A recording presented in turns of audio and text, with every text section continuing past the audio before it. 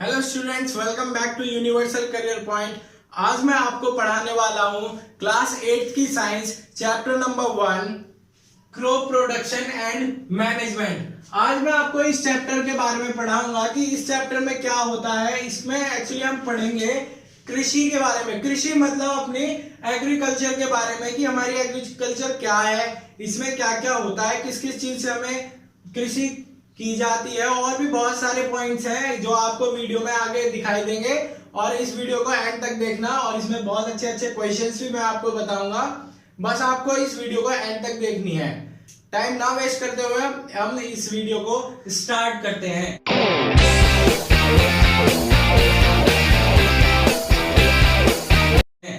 सबसे पहले हम बात करेंगे कृषि पद्धतियों की, मतलब एग्रीकल्चरल प्रैक्टिसेस की। एग्रीकल्चरल प्रैक्टिसेस की बात करें तो इसमें 3 फसलें आती हैं। सबसे पहली फसल आपको याद रखना है, सबसे पहली फसल होती है नोमैडिक, मतलब घुमंतु।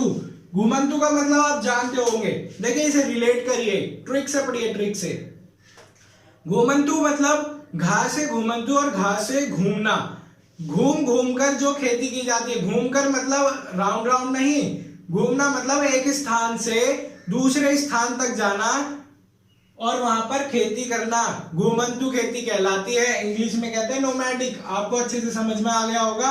अब दूसरी फसल की बात करते हैं हम, रबी क्रॉप्स, मतलब रबी फसलें। रबी फसल क्या होती है, मैंने इसको सीक्वेंस वाइज में लिखा है, आपको बस मैं बोलूंगा और आपको याद होगा, बस आपको वीडियो ध्यान से देखनी है। अब देखिए इसको, रबी क्रॉप्स कब कब होती हैं। सबसे पहले ये विंटर सीजन में होती हैं, और इसकी टाइमलाइन क्या है, कितनी ड्यूरेशन में होती है ये, अक्टूबर टू मार्च तक होती है ये फसलें। आपको समझ आ रहा है, रबी फसल विंटर सीजन में होती है, अक्टूबर टू मार्च तक होती है। और इसमें कौन कौन सी फसलें शामिल है, कौन कौन सी फसलें हमने ऐड करी हैं।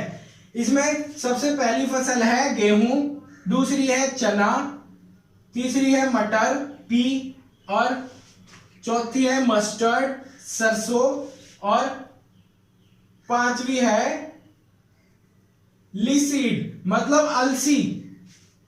ये पांचों फसल रबी क्रॉप्स में पाई जाती हैं। गेहूं आपने देखे होंगे, खेतों में जाते होंगे, बहुत दूर तक गेहूं लगे रहते हैं। इसी तरीके से चने की भी खेती होती है, मटर की भी। बस आपको इतना याद रखना है कि रबी क्रॉप्स कब होती है, अक्टूबर टू मार्च, और इसमें कौन कौन सी फसलें शामिल होती हैं, wheat, gram, pea, mustard and linseed. आपको बहुत अच्छे से याद हो जाएगा। इस वीडियो को बार बार देखें, अच्छे से समझें इन सब चीजों को। अब हम बात करते हैं दूसरी फसल की। पहले हमने कौन सी फसल पढ़ी थी, घुमंतु यानी नोमैडिक, और रबी क्रॉप पढ़ी थी। अब पढ़ेंगे हम खरीफ क्रॉप्स। खरीफ क्रॉप्स किसे कहते हैं, देखिए खरीफ क्रॉप्स क्या होती है, ये रेनी सीजन में होती है, और इनकी ड्यूरेशन क्या है, जून टू सितंबर। जून से सितंबर तक होने वाली फसलें क्या कहलाती हैं,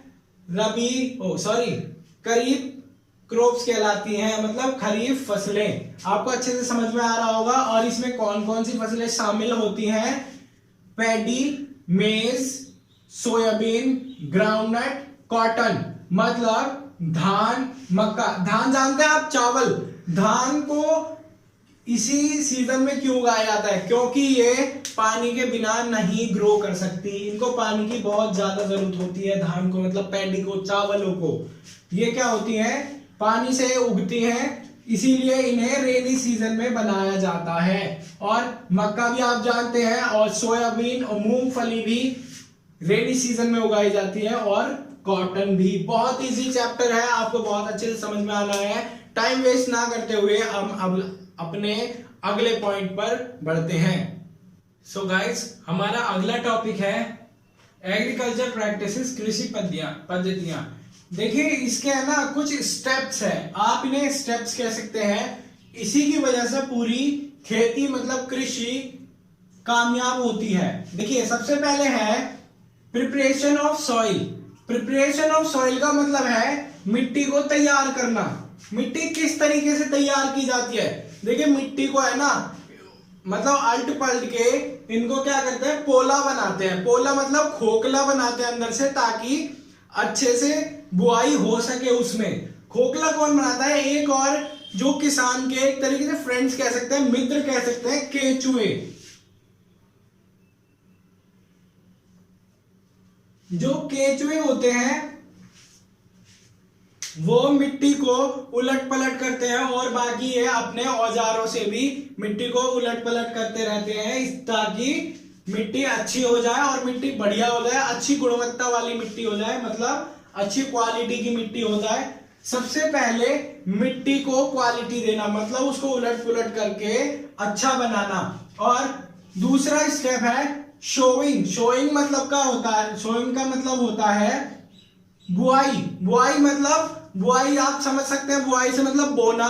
सोइंग मतलब किसी बीज को हम बोते हैं। बीज किस तरीके से बोए जाते हैं, वो एक तरीके की ऐसे तिरछी काट लेते हैं एक पाइप को, और उससे सीधा सीधा बोए चले जाते हैं।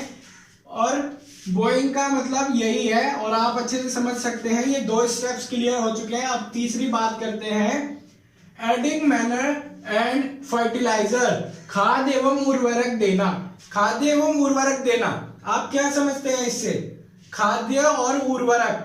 खाद्य मतलब जो मिट्टी को और अच्छा कर सके, बुआई के बाद जो बीज हुए हैं उनमें कोई कीड़े मकोड़े ना लगे, इसीलिए खाद्य और उर्वरक दी जाती है। मतलब फर्टिलाइजर, आपने देखा होगा गोबर की खाद बनती है और उर्वरक बनती है जो फैक्ट्रीज में बनती है, आप समझ सकते हैं इसको।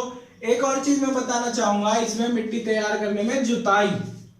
जुताई क्या है, जुताई है, आप समझ सकते हैं, किसी खेत को जोतना, मतलब खोदकर मिट्टी को अच्छा बनाना जुताई कहलाता है। आपको यह भी अच्छे समझ में आ गया होगा। अब बात करते हैं अपने चौथे पॉइंट की। चौथा पॉइंट है हमारा इरिगेशन, मतलब सिंचाई। इरिगेशन का मतलब क्या होता है, सिंचाई। सिंचाई का मतलब होता है पानी देना या किसी का पालन पोषण करना। किस तरीके से, सिंचाई के अलग अलग तरीके, एक पारंपरिक तरीके होते हैं और एक आधुनिक तरीके होते हैं, मतलब ट्रेडिशनल एंड मॉडर्न मेथड्स, दो टाइप के मेथड्स होते हैं। आप समझ सकते हैं इसको। सिंचाई का मतलब पहले किस तरीके की जाती, वो कुएं में से पानी निकाल करके दिया जाता था, या तो एक बम्बा टाइप बनाते थे इस तरीके से, या तो नदियों को काट कर पानी लेके आते थे अपने खेतों में। अब क्या होता है, सिंचाई मोटर पंप के द्वारा दी जाती है। पंप जो होते हैं ना, पंप से जाती है। आपने देखा होगा कहीं पार्क में एक तरीके का वो गोल गोल पंप घूमता रहता है और पानी दूर दूर जाता रहता है, आप समझ सकते हैं इससे भी। और क्या है, प्रोटेक्टिंग फ्रॉम वीड्स। पांचवा पॉइंट है प्रोटेक्टिंग फ्रॉम वीड्स, मतलब खरपतवार से सुरक्षा। खरपतवार क्या होती है, खरपतवार वो होती है जो हमें, जिनकी हमें जरूरत नहीं होती, वो पौधे अपने आप उगाते हैं, मतलब घास फूस होती है छोटी छोटी, उनको भी हटाना। उनको किस तरीके से हटाया जा सकता है, या तो हम उसमें दवाई छिड़क दें या खुद ही उनको काटना पड़ता है हमें, किसको, खरपतवार को। और खरपतवार काटना वीडिंग कहलाता है, आप समझ सकते हैं इसको। तो आपको ये अच्छे से समझ में आ गया होगा। अगर आपको कोई भी टॉपिक समझ में ना आया हो तो आप मुझे कमेंट सेक्शन में करके बता सकते हैं। टाइम वेस्ट ना करते हुए हम अगले टॉपिक की तरफ बढ़ते हैं। हमारा नेक्स्ट टॉपिक है एग्रीकल्चरल इंप्लीमेंट्स, मतलब कृषि के औजार। कृषि के औजार क्या क्या होते हैं। अगर हम बात करें कृषि के औजार की, देखिए कृषि का औजार क्या है। सबसे पहले हम बात करते हैं जो परंपरागत औजार है, मतलब जो पुराने औजार हैं, परंपराओं से मतलब बहुत ही पुराने सालों से चले आ रहे हैं, वो है, पहला है द प्लॉग। द प्लॉग होता है हल। आपने हल देखा होगा। हल कैसा होता है, एक लंबा सा इसमें डंडा होता है, जिसे हल के लंबा सा डंडा होता है और नीचे इसके एक खुरपी सी बनी होती है, उसे हल कहते हैं। और होई, होई मतलब होता है कुदाली। कुदाली होती है, इसके नीचे एक ब्लेड लगा होता है और ये जानवर पे बंधा होता है, उससे हम क्या होता है मिट्टी को जोतते हैं। और कल्टीवेटर, ये है आधुनिक। कल्टीवेटर क्या होता है, ये ट्रैक्टर द्वारा की जाने वाली खेती होती है। आपने देखा होगा खेतों में ट्रैक्टर घूमते हैं पीछे अपने ब्लेड लगा करके, उसको बोलते हैं हम कल्टीवेटर, और उससे मिट्टी भुरभुरी और पोली होती है। अब बात करते हैं हम कटाई की। कटाई मतलब हार्वेस्टिंग। हार्वेस्टिंग क्या होती है? जब फसल पूरी हो जाती है, जब उसकी कटाई की बारी आती है तो उसको हार्वेस्टिंग कहते हैं, मतलब कटाई। कटाई किससे होती है? हार्वेस्टर होता है, एक मशीन होती है, उससे पूरी फसल काट दी जाती है और फिर बाद में उसे थ्रेशिंग किया जाता है। इसी से रिलेट करो इसको। फिर बाद में उसको थ्रेशिंग किया जाता है, मतलब जो धान होता है उसको भूसे से अलग किया जाता है। आप समझ सकते हैं, जो हमारा अनाज है वो अलग हो जाता है, बाकी जो वेस्ट है वो अलग हो जाता है, उसे बोलते हैं हम थ्रेशिंग। थ्रेशिंग मशीन होती है हमारी, उससे हम क्या करते हैं, जो हमारी फसल होती है उसे थ्रेश करते हैं, मतलब उसे अलग करते हैं। आपको, मैं उम्मीद करता हूं आपको ये चैप्टर समझ में आ गया होगा। और मैं आपको एक त्योहार के बारे में बता देता हूं। कृषि त्योहार होते हैं, जो जब फसल कटने की बारी आती है तो कृषि अपना त्योहार बनाता है, जैसे पोंगल हो गया, ओणम हो गया, बहुत तरीके के त्योहार हैं, बैसाखी हो गया। इस तरीके से त्योहार बनाते हैं। ये बहुत खुशियों का माहौल होता है क्योंकि इनकी मेहनत का इनको फल मिल रहा होता है। मैं आशा करता हूं आपको ये चैप्टर अच्छे से समझ में आ गया होगा। आने वाले क्वेश्चंस को भी आप आसानी से सॉल्व कर पाएंगे। अगर आपको वीडियो अच्छा लगा है, like, share, comment, subscribe and press the bell icon. Subscribe करना बिल्कुल ना भूलें। Thank you so much.